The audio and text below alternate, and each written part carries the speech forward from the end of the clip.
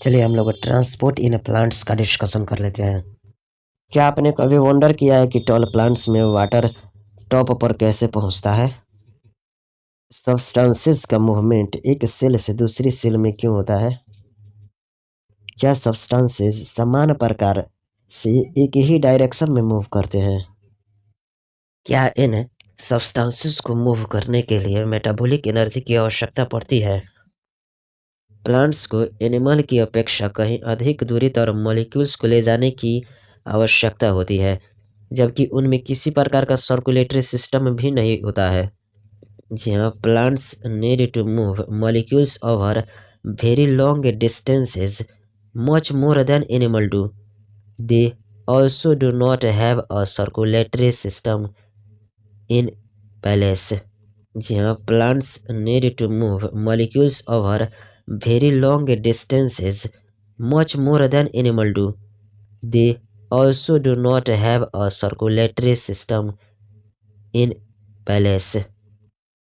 Root द्वारा absorb किया गया वाटर स्टेम की टिप तक प्लांट के सभी पार्ट में पहुंचता है। जी हाँ, water taken by the roots has to reach all parts of the plant up to the very tip of growing stem. जी हाँ, water taken by the roots has to reach all parts of the plant up to the very tip of growing stem. Photosynthesis के फलस्वरूप leaves द्वारा बना भोजन भी soil के अंदर रूट टिप सहित प्लांट के सभी भागों तक पहुंचता है। The photosynthetes or food synthesized by the leaves have also to be moved to all parts including the root tips embedded deep inside the soil. The photosynthetes or food synthesized by the leaves have also to be moved to all parts including the root tips embedded deep inside the soil. Short distance movement किसको कहते हैं?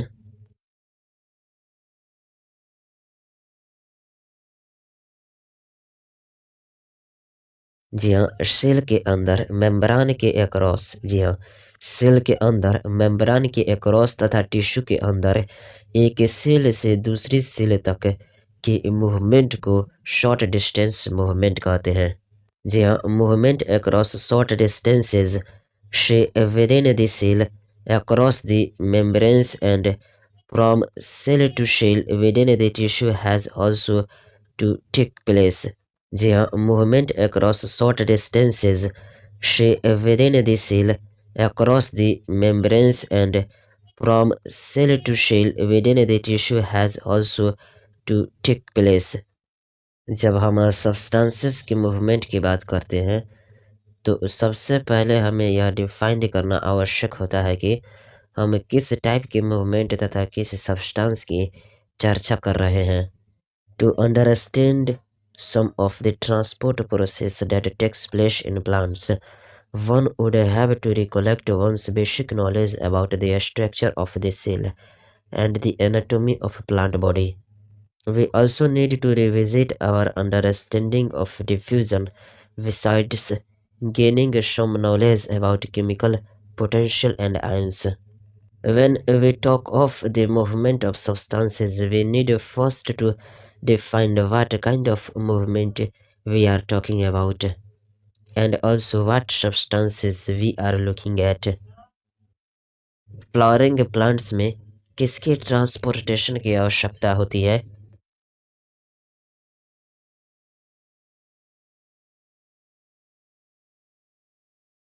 जी हाँ, flowering plants में water, mineral nutrients, organic nutrients तथा plant growth regulator के transportation की आवश्यकता होती है। जी हाँ, in a flowering plant the substances that would need to be transported are water, mineral nutrients, organic nutrients and plant growth regulators. जी हाँ, in a flowering plant the substances that would need to be transported are water, mineral nutrients, organic nutrients and plant growth rate. Small distance तक substance का movement किसकी सहायता से हो सकता है?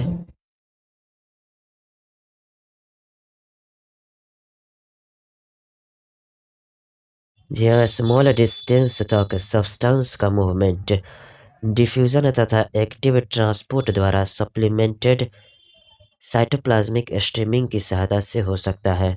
जी हाँ, over a small distances substances move by diffusion and by cytoplasmic streaming supplemented by active transport। जी हाँ, over a small distances substances move by diffusion and by cytoplasmic streaming supplemented by active transport। Translocation किसको कहते हैं?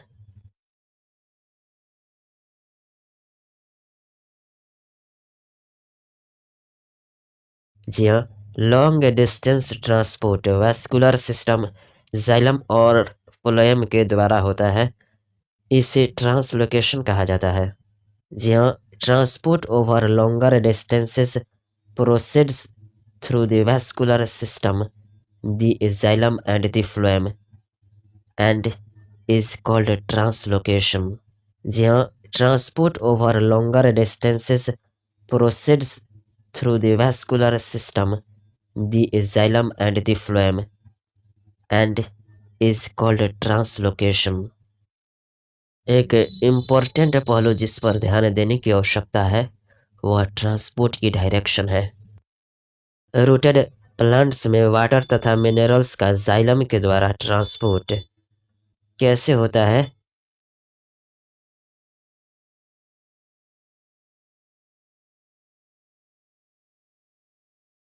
जी हाँ, rooted plants में water तथा minerals का जाइलम के द्वारा ट्रांसपोर्ट यूनिडायरेक्शनल अर्थात रूट से स्टेम तक होता है। जी हाँ, in rooted plants transport in xylem that is of water and minerals is essentially unidirectional from roots to the stem। जी हाँ, in rooted plants transport in xylem that is of water and minerals is essentially unidirectional from roots to the stem। Organic तथा mineral nutrient का transport का direction बताइए।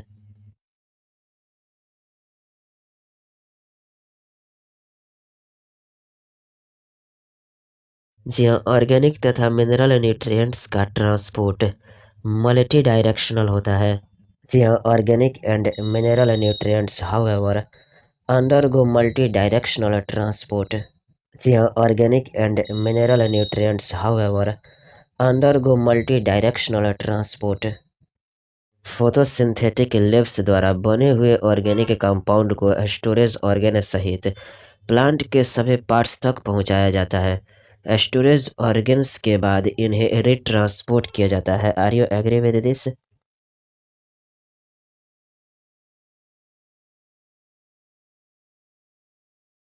जी हाँ, photosynthetic लिप्स द्वारा बने हुए ऑर्गेनिक कंपाउंड को स्टोरेज ऑर्गेन सहित प्लांट के सभी पार्ट्स तक पहुंचाया जाता है। स्टोरेज ऑर्गेन से बाद में इन्हें रिट्रांसपोर्ट किया जाता है। जी हाँ, organic compounds synthesized in the photosynthetic leaves are exported to all other parts of the plant including storage organ। From the storage organs they are later re-exported। जी हाँ, organic compounds synthesized in the photosynthetic leaves are exported to all other parts of the plant including storage organ। From the storage organs they are later re-exported। बताइए क्या root के द्वारा mineral nutrients को observe करके उसे stem leaves तथा growing regions तक upward transport किया जाता है। क्या जब किसी प्लांट का कोई भाग सेnescence हो जाता है तो उस रीजन के न्यूट्रिएंट्स को वहां से विड्रॉ करके ग्रोइंग पार्ट्स की ओर भेज दिया जाता है।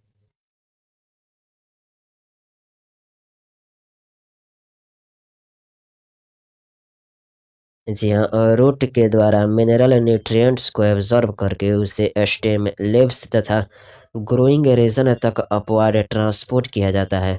जब किसी प्लांट का कोई भाग सेnescence हो जाता है तो उस रीजन के न्यूट्रिएंट्स को वहां से विड्रॉ करके ग्रोइंग पार्ट्स की ओर भेज दिया जाता है। जी हाँ, the mineral nutrients are taken up by the roots and transported upward into the stem, leaves, and the growing regions. When any plant part undergoes senescence, nutrients may be withdrawn from such regions and move to the growing parts. The mineral nutrients are taken up by the roots and transported upward into the stem, leaves, and the growing regions. When any plant part undergoes senescence, nutrients may be withdrawn from such regions and move to the growing parts. क्या small amount में hormones या plant growth regulators तथा अन्य chemical stimuli भी transport होते हैं? क्या कभी-कभी ये जहाँ सिंथेसाइज्ड होते हैं, वहाँ से दूसरे पार्ट तक स्ट्रिक्टली पोलराइज्ड या यूनिडायरेक्शनल मैनर में ट्रांसपोर्ट किए जाते हैं?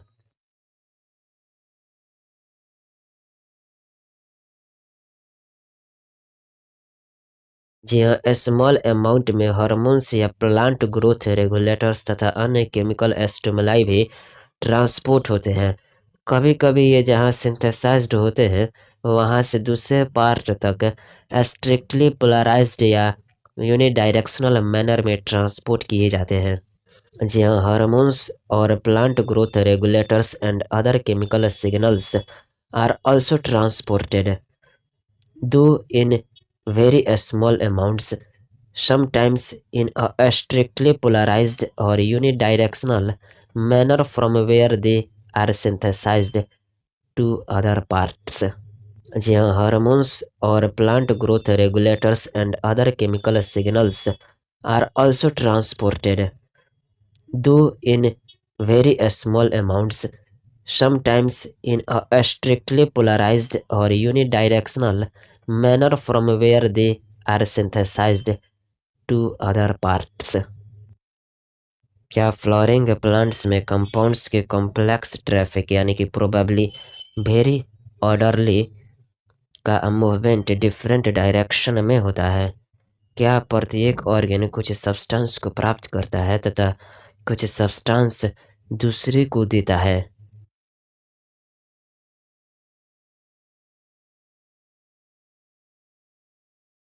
जी हाँ, फ्लावरिंग प्लांट्स में कंपाउंड्स के complex traffic probably very orderly का मूवमेंट डिफरेंट डायरेक्शन में होता है। प्रत्येक ऑर्गेन कुछ सब्सटेंसेस को प्राप्त करता है तथा कुछ सब्सटेंसेस दूसरों को दे देता है। जी हाँ, in a flowering plant there is a complex traffic of compounds that is probably very orderly, moving in a different direction, each organ receiving some substances and giving out some others. जी हाँ, in a flowering plant there is a complex traffic of compounds that is probably very orderly, moving in a different direction, each organ receiving some substances and giving out some others. Revise कीजिए 11.1 means of transport को। चलिए 11.1.1 diffusion को discuss कर लेते हैं। Diffusion क्या है और बताइए क्या इसमें एनर्जी खर्च होती है और इसमें मॉलिक्यूल्स कैसे मूव करते हैं।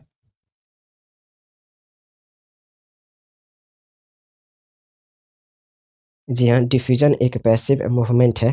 डिफ्यूजन सेल के एक पार्ट से दूसरे पार्ट तक या एक सेल से दूसरे सेल में हो सकता है या स्मॉल डिस्टेंस जैसे लीफ के इंटरसेलुलर स्पेसेस से बाहर भी हो सकता है। डिफ्यूजन में एनर्जी का एक्सपेंडिचर यानी कि खर्च नहीं होता है। डिफ्यूजन में मॉलिक्यूल्स रैंडम फैशन में मूव करते हैं। सब्सटेंसेस हाई कॉन्सेंट्रेशन से लो कॉन्सेंट्रेशन की ओर जाते हैं। जी हाँ, movement by diffusion is passive and may be from one part of the cell to other or from cell to cell or over short distances, say from the intercellular spaces of the leaf to the outside. No energy expenditure takes place. In diffusion, molecules move in a random fashion, the net result being substances moving from regions of higher concentration to the regions of lower concentration. जी हाँ, movement by diffusion is passive and may be from one part of the cell to other or from cell to cell or over short distances say from the intercellular spaces of the leaf to the outside. No energy expenditure takes place. In diffusion, molecules move in a random fashion, the net result being substances moving from regions of higher concentration to the regions of lower concentration. Diffusion कैसा process है? यह किस पर depend नहीं करता। Diffusion किन किन matter में होता है?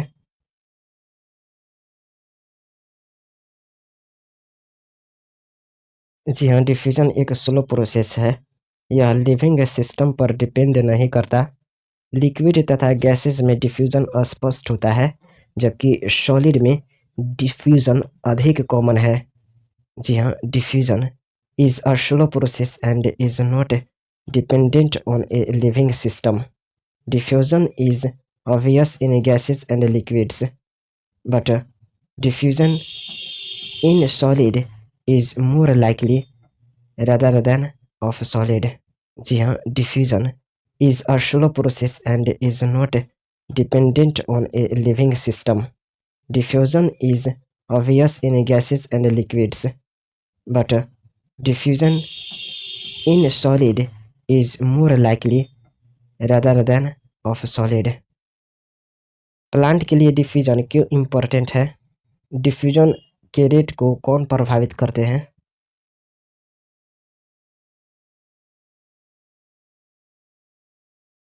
जी हाँ, प्लांट के लिए डिफ्यूजन बहुत ही इम्पोर्टेंट है, क्योंकि प्लांट्स बॉडी में गैसियस मूवमेंट का यह एक मात्र मीडियम है।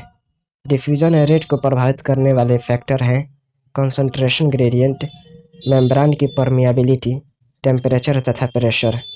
जी हाँ, diffusion is very important to plants since it is the only means of gaseous movement within the plant body.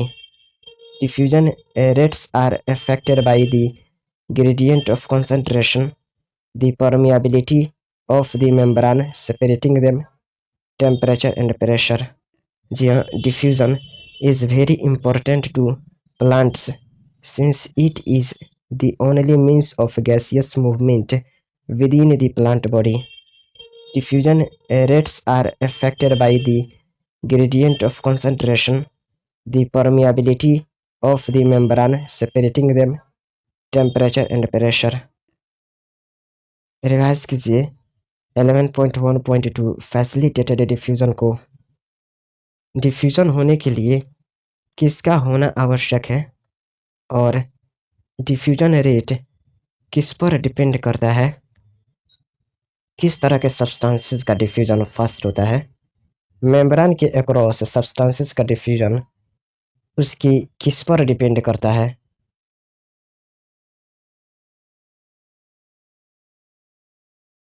जी हाँ, डिफ्यूजन होने के लिए एक ग्रेडियंट का ऑलरेडी प्रेजेंट होना आवश्यक है। डिफ्यूजन रेट सब्सटेंस के साइज पर डिपेंड करता है। स्मॉल सब्सटेंस का डिफ्यूजन फास्ट होता है। मेम्ब्रेन के अक्रॉस किसी भी सब्सटेंस का डिफ्यूजन उसकी लिपिड में सॉल्युबिलिटी पर भी डिपेंड करता है। जी हाँ, a gradient must already be present for diffusion to occur. The diffusion rate depends on the size of the substance. Obviously, a smaller substances diffuse faster. The diffusion of any substance across a membrane is also depends on its solubility in a lipid, the major constituent of the membrane. जी हाँ, a gradient must already be present for diffusion to occur. The diffusion rate depends on the size of the substance. Obviously, a smaller substances diffuse faster. The diffusion of any substance across a membrane is also depends on its solubility in a lipid, the major constituent of the membrane. बताइए क्या lipid में soluble substance membrane के द्वारा तेजी से diffuse होते हैं?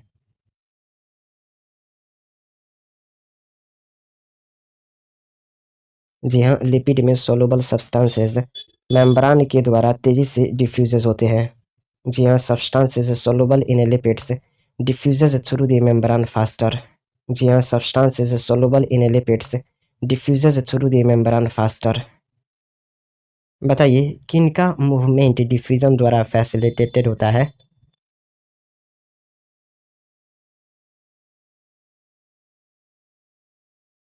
जी हाँ, जिन सब्सटेंसेस में हाइड्रोफिलिक मोइटी होती है उनका मेम्ब्रान द्वारा पास होना कठिन होता है, अतः उनका मूवमेंट फैसिलिटेटेड होता है। ऐसे मॉलिक्यूल्स को क्रॉस कराने के लिए मेम्ब्रान प्रोटीन स्थान प्रदान करती है।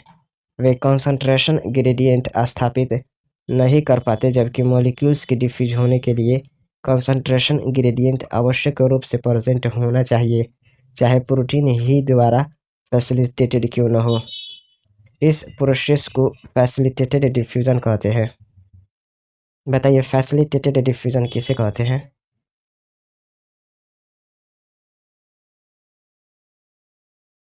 जी हाँ, जिन सब्सटेंसेस में हाइड्रोफिलिक मोइटी होती है उनका मेम्ब्रान के द्वारा पास होना कठिन होता है, अतः उनका मूवमेंट फैसिलिटेटेड होता है। ऐसे मॉलिक्यूल्स को क्रॉस कराने के लिए मेम्ब्रान प्रोटीन स्थान प्रदान करती है। वे कंसंट्रेशन ग्रेडियंट स्थापित नहीं कर पाते हैं, जबकि मॉलिक्यूल्स के डिफ्यूजन के लिए कंसंट्रेशन ग्रेडियंट आवश्यक रूप से प्रेजेंट होना चाहिए, चाहे प्रोटीन ही द्वारा फैसिलिटेटेड क्यों न किया गया हो। इन प्रोसेस को फैसिलिटेटेड डिफ्यूजन कहते हैं। जी हाँ, substances that have hydrophilic moiety find it difficult to pass through the membrane. Their movement has to be facilitated. Membrane proteins provide sites at which such molecules cross the membrane. They do not set up a concentration gradient. A concentration gradient must already be present for molecules to diffuse, even if facilitated by the proteins. This process is called facilitated diffusion. जी हाँ, substances that have hydrophilic moiety find it difficult to pass through the membrane. Their movement has to be facilitated. Membrane proteins provide sites at which such molecules cross the membrane. They do not set up a concentration gradient. A concentration gradient must already be present for molecules to diffuse, even if facilitated by the proteins. This process is called facilitated diffusion. क्या facilitated diffusion में membrane के are पर substances के movement में special protein help करती है और इसमें एनर्जी खर्च होता है या नहीं? फैसिलिटेटेड डिफ्यूजन में मॉलिक्यूल्स का ट्रांसपोर्ट किधर से किधर की ओर होता है?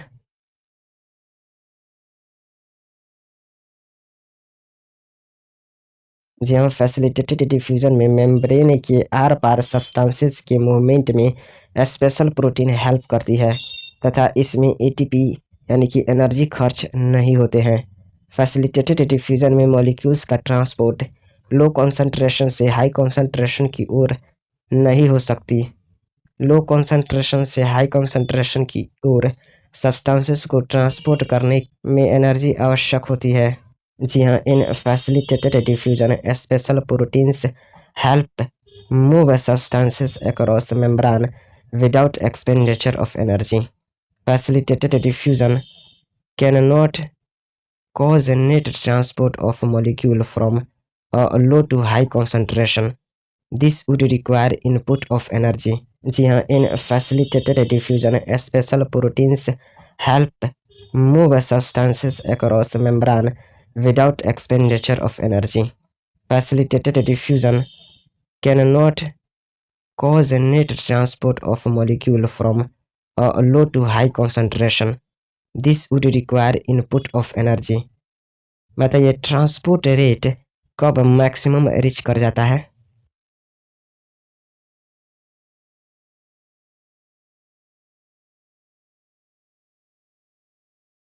जी हाँ, ट्रांसपोर्ट रेट मैक्सिमम होता है जब सभी प्रोटीन ट्रांसपोर्टर्स का यूज हो जाए, अर्थात सेचुरेट अवस्था में जाए। जी हाँ, transport rate reaches a maximum when all of the protein transporters are being used, यानी कि सेचुरेशन। जी हाँ, transport rate reaches a maximum when all of the protein transporters are being used, यानी कि सेचुरेशन। क्या फैसिलिटेटेड डिफ्यूजन वेरी स्पेसिफिक होता है?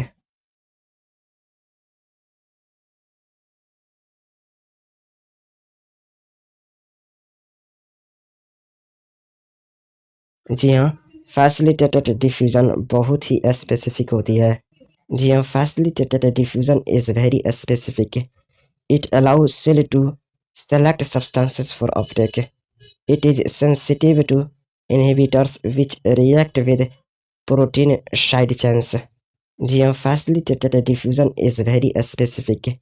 It allows cell to select substances for uptake. It is sensitive to inhibitors which react with protein side chains. जी हाँ, facilitated diffusion बहुत ही specific होता है। Uptake के लिए यह सेल्स को सब्सटेंसेस को सिलेक्ट करने की छूट देता है। यह उन इनहिबिटर्स के प्रति सेंसिटिव होता है जो प्रोटीन साइड चेन से रिएक्ट करते हैं। बताइए, क्या मेम्ब्रान के द्वारा मॉलिक्यूल्स को पास करने के लिए प्रोटीन मेम्ब्रान में चैनल बनाती है? क्या कुछ चैनल्स सदैव ओपन होते हैं तथा कुछ कंट्रोल किए जा सकते हैं? और क्या कुछ चैनल बड़े होते हैं जो डिफरेंट टाइप के मॉलिक्यूल्स को क्रॉस करने की छूट देते हैं?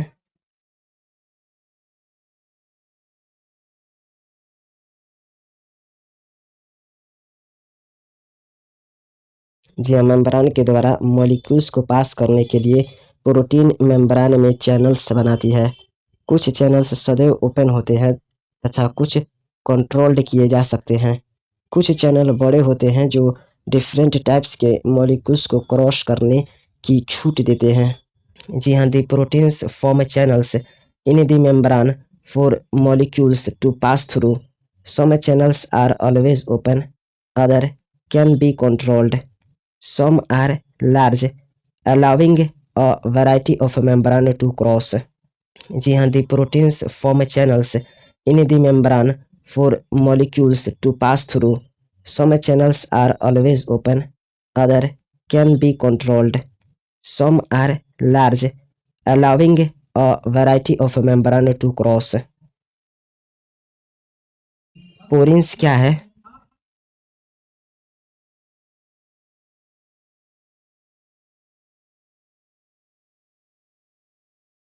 जी हाँ, पोरिन्स एक प्रकार की प्रोटीन है जो प्लास्टिड, माइटोकॉन्ड्रिया तथा कुछ बैक्टीरिया की आउटर मेम्ब्रान में ह्यूज पोर्स का निर्माण करती है, जिसके द्वारा स्मॉल प्रोटीन्स के साइज के मॉलिक्यूल भी पास हो सके। जी हाँ, the porins are proteins that form large pores in the outer membranes of the plastid, mitochondria, and some bacteria, allowing molecules up to the size of a small proteins to pass through. जी हाँ, the porins are proteins that form large pores in the outer membranes of the plastid, mitochondria, and some bacteria, allowing molecules up to the size of a small proteins to pass through. Figure 11.1 बताइए, यह किसको show कर रहा है?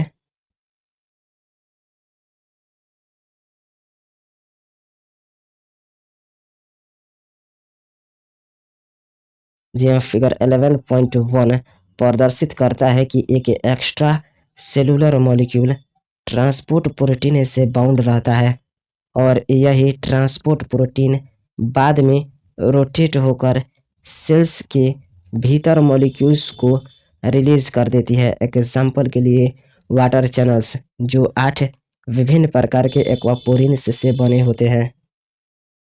बताइए, क्या extra cellular molecules transport protein से bound रहता है और यही ट्रांसपोर्ट प्रोटीन बाद में रोटेट होकर सेल्स के भीतर मॉलिक्यूल्स को रिलीज कर देती है।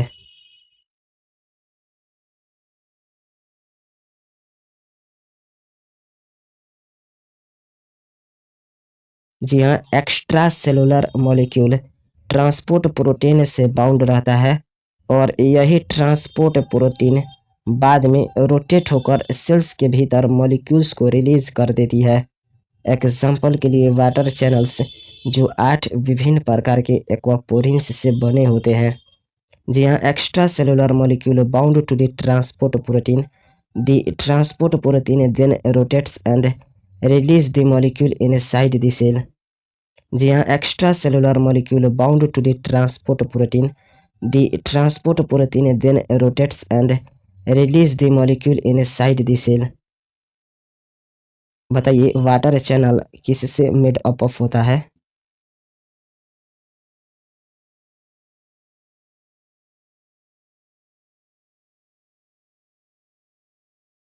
जी हाँ, water channel made up of होता है 8 डिफरेंट टाइप्स के एक्वापोरिन्स से। जी हाँ, water channel made up of होता है 8 डिफरेंट टाइप्स के एक्वापोरिन्स से।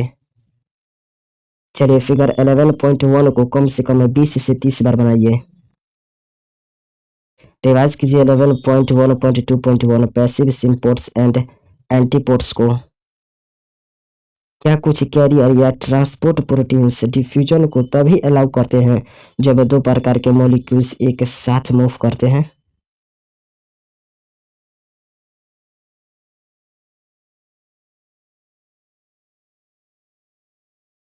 जी हाँ, कुछ कैरियर या ट्रांसपोर्ट प्रोटीन्स डिफ्यूजन को तभी अलाउ करते हैं जब दो प्रकार के मॉलिक्यूल्स एक साथ मूव करते हैं। जी हाँ, सम कैरियर और transport proteins allow diffusion only if two types of molecules move together. जी हाँ, सम कैरियर और transport proteins allow diffusion only if two types of molecules move together. Port किसको कहते हैं?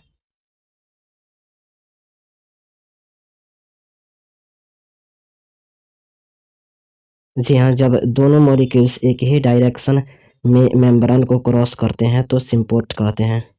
जी हाँ, in symport both molecules cross the membrane in the same direction. जी हाँ, in symport both molecules cross the membrane in the same direction. Antiport किसको कहते हैं? जी हाँ, जब दोनों मॉलिक्यूल्स अपोजिट डायरेक्शन में मूव करते हैं तब एंटीपोर्ट कहते हैं। जी हाँ, in antiport molecules move in opposite direction. जी हाँ, in antiport molecules move in opposite direction. बताइए यूनिपोर्ट क्या है?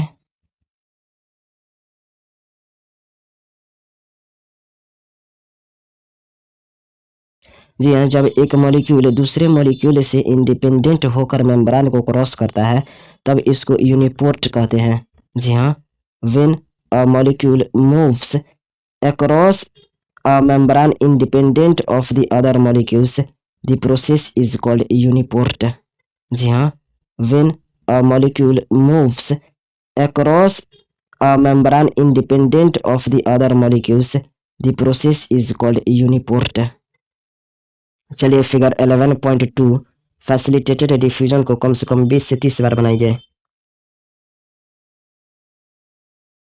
बताइए क्या फैसिलिटेटेड डिफ्यूजन में आपको कैरियर प्रोटीन की लेबलिंग दिख रही है? यूनिपोर्ट की,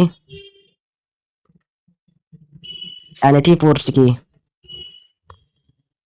सिम्पोर्ट की, फिर से बताइए क्या फैसिलिटेटेड डिफ्यूजन में आपको कैरियर प्रोटीन की लेबलिंग दिख रही है? यूनिपोर्ट की, एंटीपोर्ट की, सिम्पोर्ट की, फिर से बताइए क्या फैसिलिटेटेड डिफ्यूजन में आपको कैरियर प्रोटीन की लेबलिंग दिख रही है? यूनिपोर्ट की, एंटीपोर्ट की, सिम्पोर्ट की। रिवाइज कीजिए 11.1.3 एक्टिव ट्रांसपोर्ट को। बताइए एक्टिव ट्रांसपोर्ट में क्या होता है?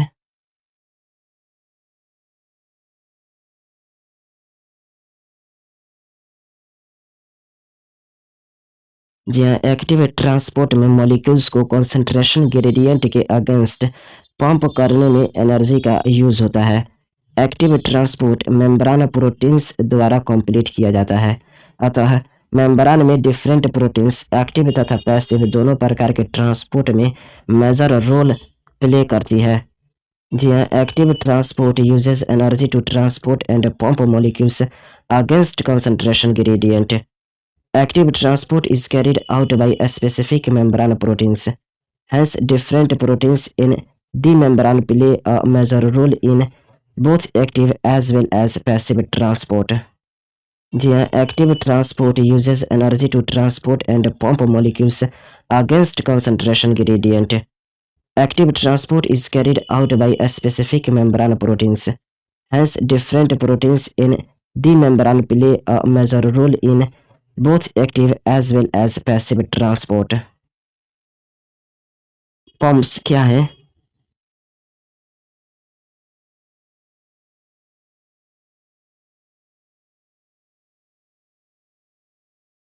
जी हाँ, पंप्स वे प्रोटीन्स हैं जो मेम्ब्रान के अक्रॉस सब्सटेंसेस को कैरी करने के लिए एनर्जी को यूज करती है।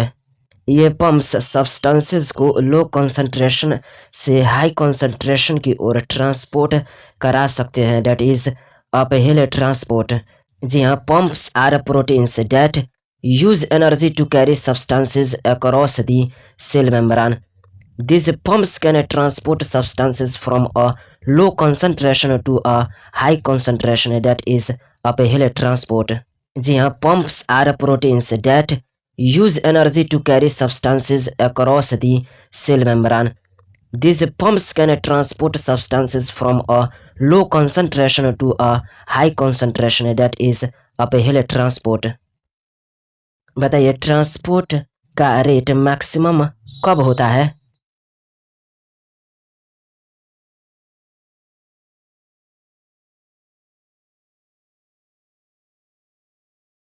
जी हाँ, ट्रांसपोर्ट का रेट मैक्सिमम तब होता है जब ट्रांसपोर्ट कराने वाले सभी प्रोटीन ट्रांसपोर्टर का यूज हो रहा हो, यानी कि वह सेचुरेटेड कंडीशन में हो। जी हाँ, transport rate reaches a maximum when all the protein transporters are being used or are saturated. जी हाँ, transport rate reaches a maximum when all the protein transporters are being used or are saturated. बताइए क्या enzyme की तरह carrier protein भी membrane से cross करने वाले सब्सटेंसेस के प्रति अत्यधिक स्पेसिफिक होते हैं, और क्या ये प्रोटीन्स उन इनहिबिटर्स के प्रति सेंसिटिव होते हैं जो प्रोटीन साइड चेन के साथ रिएक्ट करते हैं?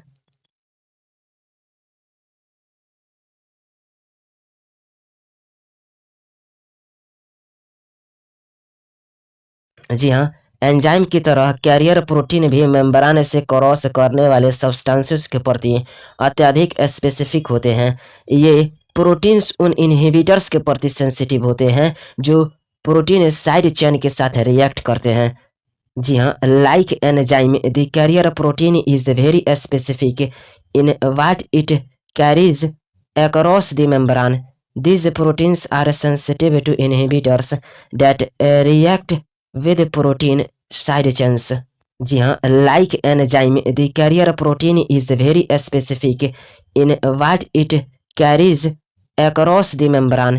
These proteins are sensitive to inhibitors that react with protein side chains.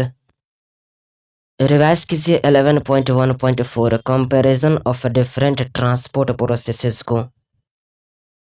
बताइए मेम्ब्रान प्रोटीन किसके लिए रिस्पॉन्सिबल होती है?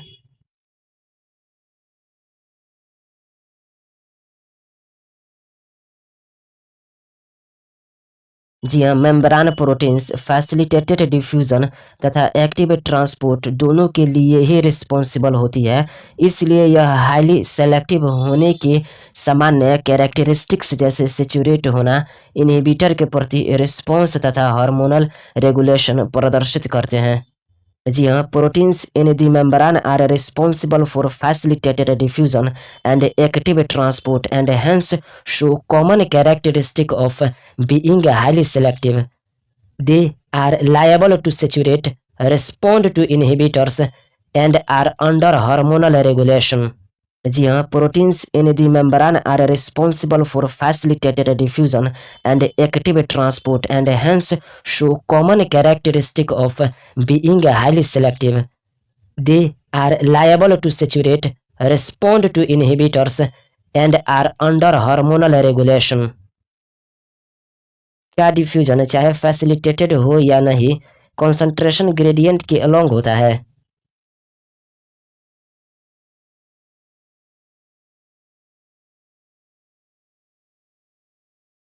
जी हाँ, डिफ्यूजन चाहे फैसिलिटेटेड हो या नहीं कॉन्सेंट्रेशन ग्रेडियंट के अलोंग होता है तथा इसमें एनर्जी का यूज नहीं होता है. जी हाँ, डिफ्यूजन चाहे फैसिलिटेटेड हो या नहीं कॉन्सेंट्रेशन ग्रेडियंट के अलोंग होता है तथा इसमें एनर्जी का यूज नहीं होता है. Table 11.1 comparison of different transport mechanism से उन सारे प्रॉपर्टी का नाम बताइए जो सिंपल डिफ्यूजन नहीं शो करता है.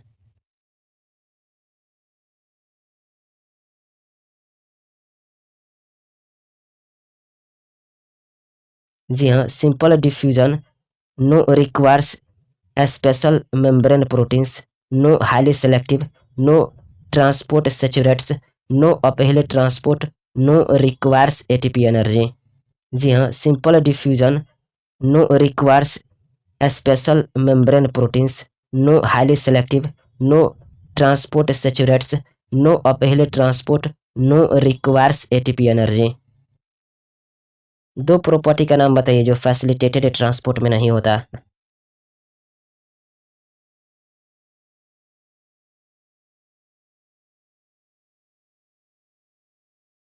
जी हाँ, फैसिलिटेटेड ट्रांसपोर्ट में no uphill transport, no requires ATP energy. जी हाँ, फैसिलिटेटेड ट्रांसपोर्ट में no uphill transport, no requires ATP energy. Facilitated transport का प्रॉपर्टी बताइए यस वाली.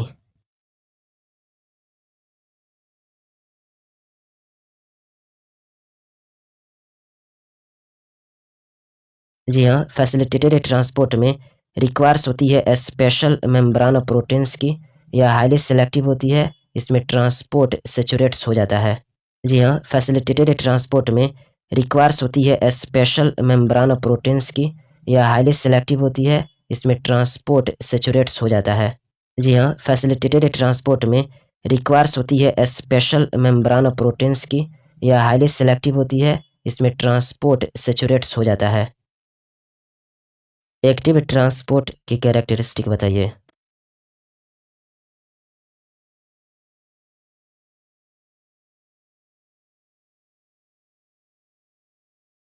जी हाँ, एक्टिव ट्रांसपोर्ट को रिक्वायर्स होता है स्पेशल मेम्ब्रेन प्रोटीन्स की या हाईली सेलेक्टिव होता है, ट्रांसपोर्ट इसका सैचुरेट्स कर जाता है या अपहिल ट्रांसपोर्ट होता है, इसमें एटीपी की रिक्वायरमेंट होती है.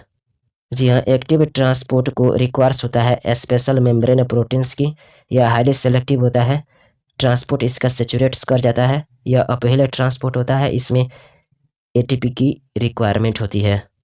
जी हाँ, एक्टिव ट्रांसपोर्ट को रिक्वायर्स होता है स्पेशल मेम्ब्रेन प्रोटीन्स की या हाईली सेलेक्टिव होता है, ट्रांसपोर्ट इसका सैचुरेट्स कर जाता है या अपहिल ट्रांसपोर्ट होता है, इसमें एटीपी की रिक्वायरमेंट होती है.